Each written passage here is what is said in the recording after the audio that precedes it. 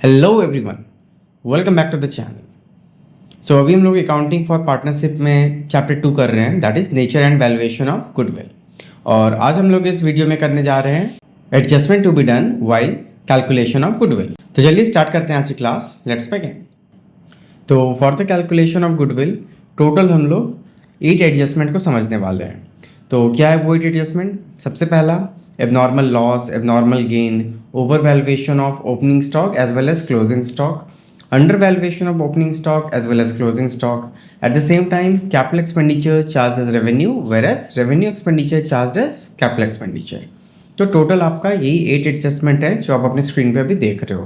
तो सबसे पहला क्वेश्चन ये राइज होता है ना कि हम लोग आखिर ये एडजस्टमेंट करते क्यों हैं। तो इसका सीधा सा आंसर ये है कि अगर हमारे बिजनेस में कुछ भी अनयूजुअल हो रहा है जो कि हमारे रेगुलर बिजनेस का पार्ट नहीं है तो उसको हम लोग एडजस्ट करते हैं। ठीक है, फॉर एग्जांपल यहाँ पे आप देख सकते हो कि एडजस्टमेंट में क्यों मीन्स लिखा हुआ है adjustment are done to find the correct profit. तो मेनली हम लोग क्यों करते हैं? To find the correct profit, क्योंकि जो भी अनयूजुअल हो रहा है वो हमारे कहीं ना कहीं प्रॉफिट को इम्पैक्ट करता है। तो हम लोग को क्योंकि गुडविल को वैल्यू करना है तो सही प्रॉफिट का जानना जरूरी है। So now let's understand all the types of adjustment in detail. तो सबसे पहला है आपका एबनॉर्मल लॉस। तो अभी एबनॉर्मल लॉस अगर हो जाता है तो हम लोग क्या करेंगे? ऑब्वियसली वो हमारे बिजनेस में कुछ रेगुलर इवेंट्स के कारण तो नहीं हुआ है, कुछ ऐसा एबनॉर्मल इवेंट हो गया जिसके कारण सडन लॉस हो गया। और ऐसा क्या है ना कि ये बार बार नहीं होता है, कभी मीन्स हो गया तो हो गया। तो वैसे एबनॉर्मल लॉस को हम लोग क्या करेंगे? हम लोग एक्चुअल प्रॉफिट में ऐड बैक कर देंगे, जो भी हमारा प्रॉफिट है उसमें वापस से जोड़ देंगे। तो एबनॉर्मल लॉस का क्या एग्जांपल हो जाएगा? लाइक मान लो किसी तरह का आग लग गया बिजनेस में या कुछ चोरी हो जाता है। तो अब ये बार बार तो नहीं होता है, कभी ऐसा कुछ मिसहैपन हो गया तो होगा। तो वैसे में हमारा लॉस बाय फायर हो गया या लॉस बाय थेफ्ट हो गया। तो अगर ऐसा कुछ होता है तो ये हमारा एबनॉर्मल लॉस है और हम लोग इसको वापस से ऐड बैक कर देंगे। उसी तरह से एबनॉर्मल गेन, अगर सडनली से कुछ ऐसा गेन हो जाता है, विंडफॉल गेन हो जाता है जो कि नॉर्मल बिजनेस का पार्ट नहीं है, तो उसके साथ हम लोग क्या करेंगे? तो ऑब्वियसली उसको हम लोग वापस से घटा देंगे, क्योंकि रेगुलरली वैसा कोई प्रॉफिट नहीं होता है। तो यहाँ पे हो जाएगा deduct. So such abnormal gain will be deducted from the actual profit. तो अगेन इसका हम लोग अगर एग्जाम्पल का बात करें तो क्या एग्जाम्पल हो जाएगा? It can be like gain in investment. मान लो स्टॉक मार्केट सडनली से बहुत ज़्यादा हाई चला गया या कुछ ऐसा न्यूज़ आया जिससे कि मार्केट बहुत हाई हो गया, जैसे रिसेंटली अभी सिल्वर के साथ हुआ था। तो क्या है ये? Gain in investment. अगर कुछ ऐसा अनयूजुअल गेन हो गया तो हम लोग उसको डिडक्ट करेंगे। और क्या हो सकता है? मान लो आपको profit on sale of asset, हम लोग कुछ एसेट बेचे जिसपे कि बहुत ज़्यादा प्रॉफिट हो गया। फॉर एग्जांपल सपोज करो लैंड बेचा, उस पर बहुत ज़्यादा प्रॉफिट मिल गया। तो अब बार बार तो ऐसा नहीं होगा ना, तो ऑब्वियसली ये क्या है? हमारा एक एबनॉर्मल गेन है, इसको हम लोग डिडक्ट कर लेंगे to find out the corrected profit या एडजस्टेड प्रॉफिट। ठीक है, अब हम लोग समझते हैं हमारा नेक्स्ट एडजस्टमेंट। तो लाइक 2 एडजस्टमेंट हमारा हो गया, तो ऑब्वियसली हमारा थर्ड एडजस्टमेंट क्या होगा? सो थर्ड एडजस्टमेंट हो जाएगा हमारा that is over valuation of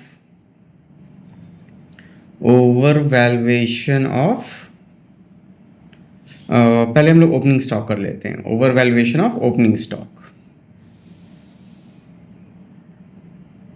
ठीक है, तो अब over valuation of opening stock का क्या मतलब हो गया? तो हम लोग सभी कोई ट्रेडिंग पीएल बैलेंस शीट तो जान ही रहे हैं क्या होता है, लाइक हमने क्लास 11 में बहुत अच्छे से पढ़ा है। तो चलो हम लोग सबसे पहले एक ट्रेडिंग अकाउंट का फॉर्मेट बनाते हैं। सो ये है आपका ट्रेडिंग अकाउंट, ये हो गया डीआर साइड, ये हो गया सीआर साइड। तो सबसे पहले हम लोग लिख देंगे यहाँ पे डेबिट साइड में 2 ओपनिंग स्टॉक, उसके बाद 2 परचेजेस, उसके बाद हो जाएगा आपका 2 मीन्स किसी भी तरह का डायरेक्ट एक्सपेंसेस, और क्या होता है हमारा by sales and by closing stock. तो ये सब कुछ हमारा आ जाता है ट्रेडिंग अकाउंट में। अब हम लोग इसको कुछ वैल्यू भी असाइन कर देते हैं। फॉर एग्जांपल सपोज करो सेल हो गया हमारा 10 लाख का और closing stock let's take 3 lakh rupees है। Opening stock let's take 2 lakh है। परचेजेस हमने 5 लाख का किया और डायरेक्ट एक्सपेंसेस भी लेट्स टेक 2 लाख। ठीक है। तो अब यहाँ पे टोटल कितना हो जाएगा, टोटल हो जाएगा आपका 13 लाख रुपीज़। तो 13 लाख आपका टोटल हो गया। तो अब यहाँ पे 13 लाख टोटल हो गया दोनों साइड का, और एज अ रिजल्ट यहाँ पे क्या आ जाएगा, टू ग्रॉस प्रॉफिट। ये हो जाएगा 13 माइनस 9 यानी कि 4 लाख रुपीज़। तो अगर अब हम लोग, एक मिनट, मतलब हाँ, ये हो गया हमारा 4 लाख रुपीज़ का ग्रॉस प्रॉफिट। तो अब अगर हम लोग इस ट्रेडिंग अकाउंट को एक बेस मान लेते हैं, तो चलिए हम लोग समझते हैं कि आखिर क्या मतलब होता है over valuation of opening stock या under valuation of opening stock, ये सबका। ठीक है, तो सबसे पहले हम लोग समझते हैं over valuation of opening stock आखिर होता क्या है। तो अगर हम बात करते हैं over valuation of opening stock का, तो हमने यहाँ पे बेस माना है अपने ओपनिंग स्टॉक को 2 लाख रुपीज़, और ओवर वैल्यूएशन का मतलब कि गलती से बढ़ जाना। तो ठीक है, हम लोग सेम ट्रेडिंग अकाउंट्स के डेटा को यहाँ पे भी कॉपी कर देते हैं। तो क्या हो जाएगा हमारा यहाँ पे, बाय सेल्स मतलब 2, opening stock 2, purchase 2, direct expenses, और बाय क्लोजिंग स्टॉक। तो जो अमाउंट हमने यहाँ पे डाला था सेम हम लोग उसको ही यहाँ पे लिखेंगे।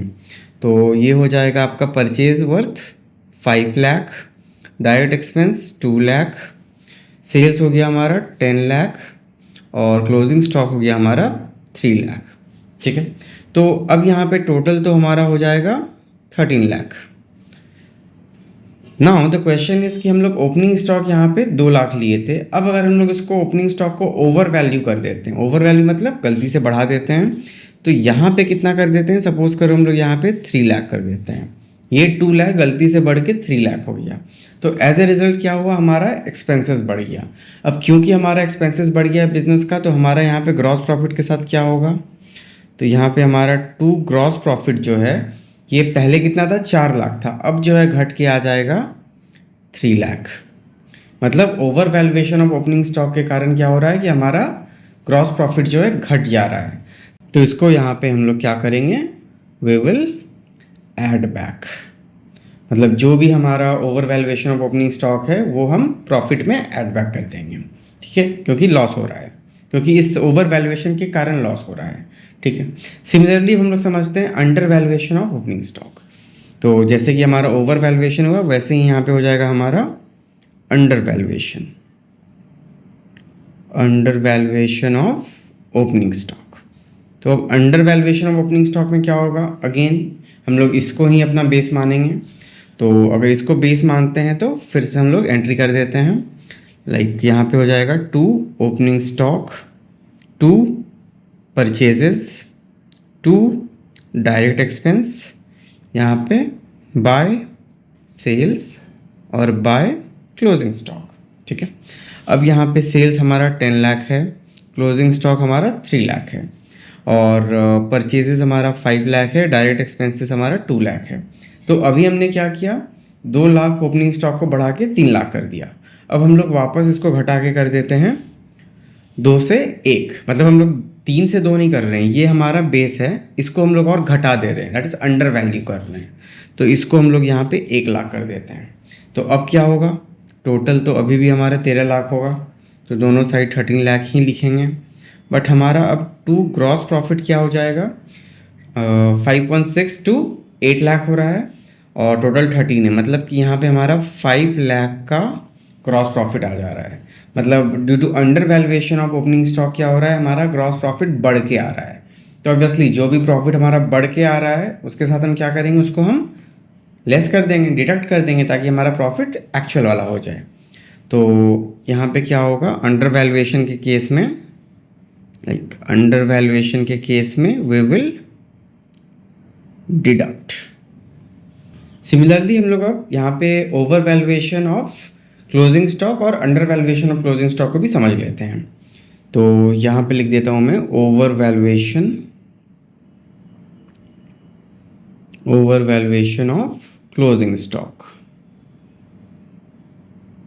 ठीक है, और यहाँ पे अंडर वैल्यूएशन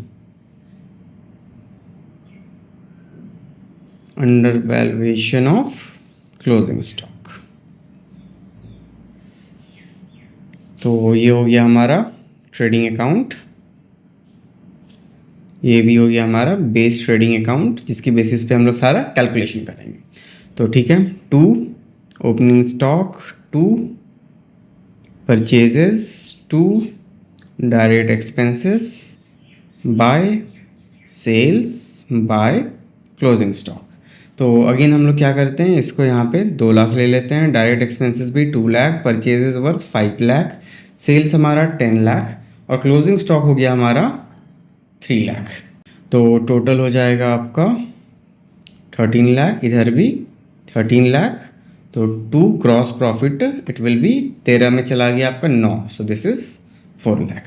ये बेस हो गया हमारा। अब देखते हैं कि अगर हम लोग क्लोजिंग स्टॉक का वैल्यू बढ़ाते हैं या घटाते हैं तो क्या अंतर पड़ेगा। ठीक है, तो सबसे पहले let's understand the case of over valuation. So by sales to opening stock to purchases to direct expense, यहाँ पे बाय क्लोजिंग स्टॉक। ठीक है, तो अब आपका सेल हो जा रहा है वही 10 लाख है, opening stock 2 lakh, purchases 5 lakh, direct expenses 2 lakh. अब यहाँ पे क्लोजिंग स्टॉक को हम लोग ओवर वैल्यू कर रहे हैं, मतलब पहले 3 लाख था तो अब इस 3 लाख को बढ़ा के हम लोग यहाँ पे 4 लाख कर दे रहे हैं।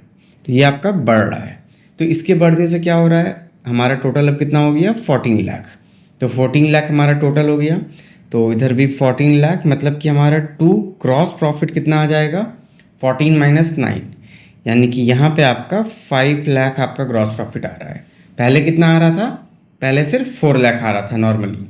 तो 1 लाख रुपये हमारा ग्रॉस प्रॉफिट बढ़ जा रहा है क्योंकि हमारा over valuation of closing stock कितना हो गया 1 लाख रुपीज़। तो in case of over valuation of closing stock क्या करेंगे हम लोग, ऑब्वियसली वी विल डिडक्ट, जितना भी ओवर वैल्यू हो रहा है उसको हम लोग डिडक्ट कर लेंगे प्रॉफिट से। ठीक है, now similarly under valuation of closing stock में क्या करना होगा, यहाँ पे भी सेम केस ले लेते हैं। लाइक यहाँ पे आपका 2 opening stock, 2 purchase, 2 direct expense by sales by closing stock. Sale हमारा 10 लाख का, opening stock 2 lakh, purchases 5 lakh, direct expense भी 2 लाख। और अब यहाँ पे हम लोग क्योंकि अंडर वैल्यूएशन कर रहे हैं तो हम लोग 3 लाख से घटा के, ये वाला 3 लाख से घटा के 2 लाख कर देते हैं, अंडर वैल्यू कर दिए। तो अब टोटल हो गया 12 लाख, इधर भी 12 लाख। तो अब 12 में 9 गया तो ग्रॉस प्रॉफिट कितना हो गया 2 gross profit, this is just 3 lakh rupees. तो पहले ओवर वैल्यूएशन में बढ़ गया था प्रॉफिट, अब अंडर वैल्यूएशन के कारण क्या हुआ, हमारा प्रॉफिट घट गया। मतलब नॉर्मली 4 लाख का जो प्रॉफिट था वो और भी घट गया आपका। तो ठीक करने के लिए क्या करना होगा, ऑब्वियसली हम लोग इसको ऐड बैक करेंगे। तो in case of under valuation of closing stock क्या होगा, जो भी अंडर वैल्यू हो रहा है उसको हम लोग ऐड बैक कर देंगे प्रॉफिट में।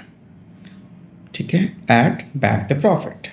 तो हम लोग अभी तक लाइक पहला हो गया हमारा एबनॉर्मल लॉस, दूसरा हो गया एबनॉर्मल गेन, तीसरा हो गया over valuation of opening stock, like ये हो गया हमारा थर्ड। फोर्थ हो गया हमारा under valuation of opening stock, उसके बाद हो गया हमारा fifth over valuation of closing stock, और six one is under valuation of closing stock.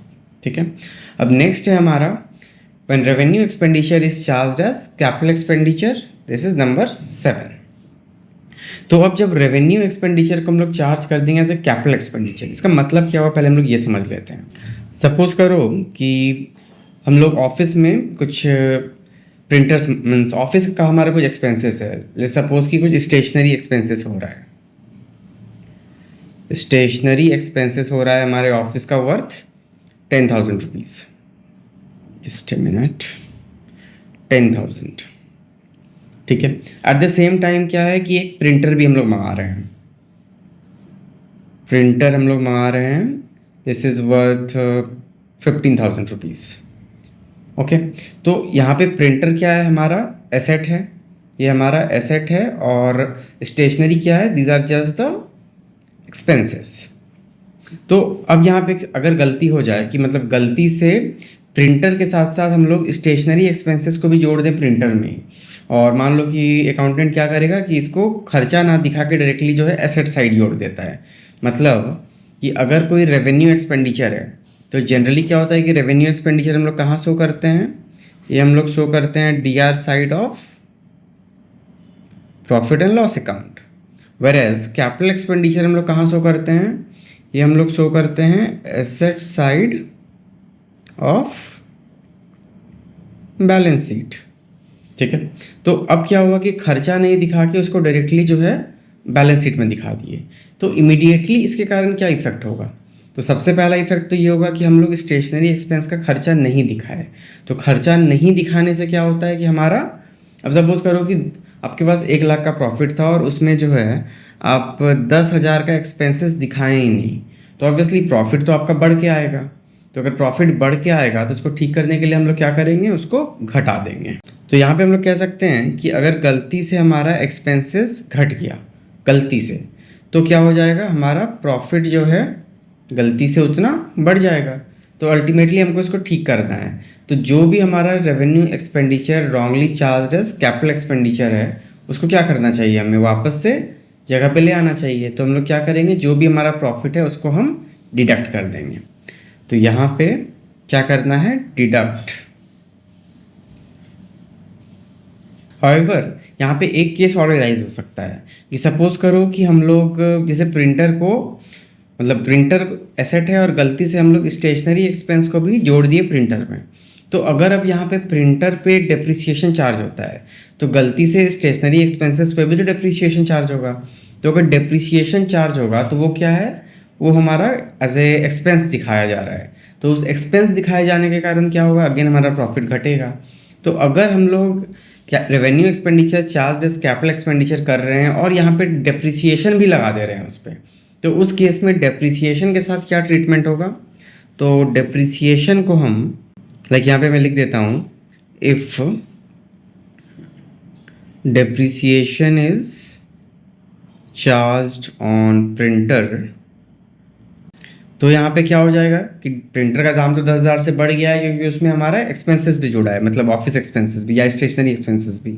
तो हमारा एक्सपेंसेस बढ़ेगा क्योंकि हम लोग डेप्रिसिएशन ज़्यादा चार्ज करेंगे, और एक्सपेंसेस बढ़ेगा तो उससे क्या होगा, हमारा प्रॉफिट घटेगा, प्रॉफिट घट जाएगा। तो अब इसको भी तो साथ में ठीक करना पड़ेगा ना। तो अगर प्रॉफिट घट जाएगा तो हम लोग को क्या करना है, यहाँ पे हम लोग प्रॉफिट को ऐड बैक कर देंगे। So depreciation it will be added back. ठीक है, तो आई बिलीव ये भी आपको क्लियर हो गया होगा। चलो अब नेक्स्ट हम लोग समझ लेते हैं। तो नेक्स्ट क्या है हमारा, when capital expenditure is charged as revenue expenditure, तो this is our 8th adjustment. तो यहाँ पे हमारा क्या हो रहा है कि यहाँ पे हम एक एसेट को, asset is charged as an expense, मतलब कि कोई एसेट हमने परचेज किया है और गलती से हम लोग उसको एज एक्सपेंस दिखा रहे हैं। सपोज करो एग्जांपल ले लेते हैं हम लोग, परचेज ऑफ एसी का। तो अगर हम लोग कोई एसी परचेज करके लाते हैं तो ऑब्वियसली उसका इंस्टॉलेशन कॉस्ट भी होगा, और डेप्रिसिएशन में हम लोग अच्छे से जानते हैं कि इंस्टॉलेशन कॉस्ट क्या होता है, मैसनरी में ऐड हो जाता है। तो इसमें कुछ इंस्टॉलेशन कॉस्ट भी ऐड हो जाएगा। तो लेट्स टेक कि हमारा एसी है वर्थ 40,000 या 48,000। ओके, इसको मैं क्लियर लिख देता हूँ, एसी है हमारा 48,000 और इस पर इंस्टॉलेशन कॉस्ट लग रहा है आपका 2,000 रुपीज़। तो टोटल हमारा कितना का हो गया एसी या मशीन, 50,000 का। लेकिन अब अगर हम लोग गलती से क्या करेंगे कि इंस्टॉलेशन कॉस्ट हुआ 2,000। अब देखो ये तो ऑब्वियस है कि कोई भी अकाउंटेंट इतना बड़ा गलती नहीं करेगा कि 50,000 का पूरा एसी पीएल में डाल देगा, वैसा गलती जनरली नहीं होता है। लेकिन गलती क्या होगा, 2,000 का जो इंस्टॉलेशन कॉस्ट है जो कि मैसनरी में या एसी में ऐड हो जाना था, उसको ये क्या करेगा, एज ए रिपेयर या एज ए इंस्टॉलेशन कॉस्ट अलग से पीएल में डाल देगा। तो पीएल में अगर डाल देता है 2,000 का एक्सपेंस, तो उससे क्या हो जाएगा, हमारा प्रॉफिट घट जाएगा। तो अगर प्रॉफिट घटेगा तो ऑब्वियसली हम लोग यहाँ पे क्या कर रहे हैं, सब कुछ को ठीक कर रहे हैं, तो प्रॉफिट को हमें बढ़ाना पड़ेगा।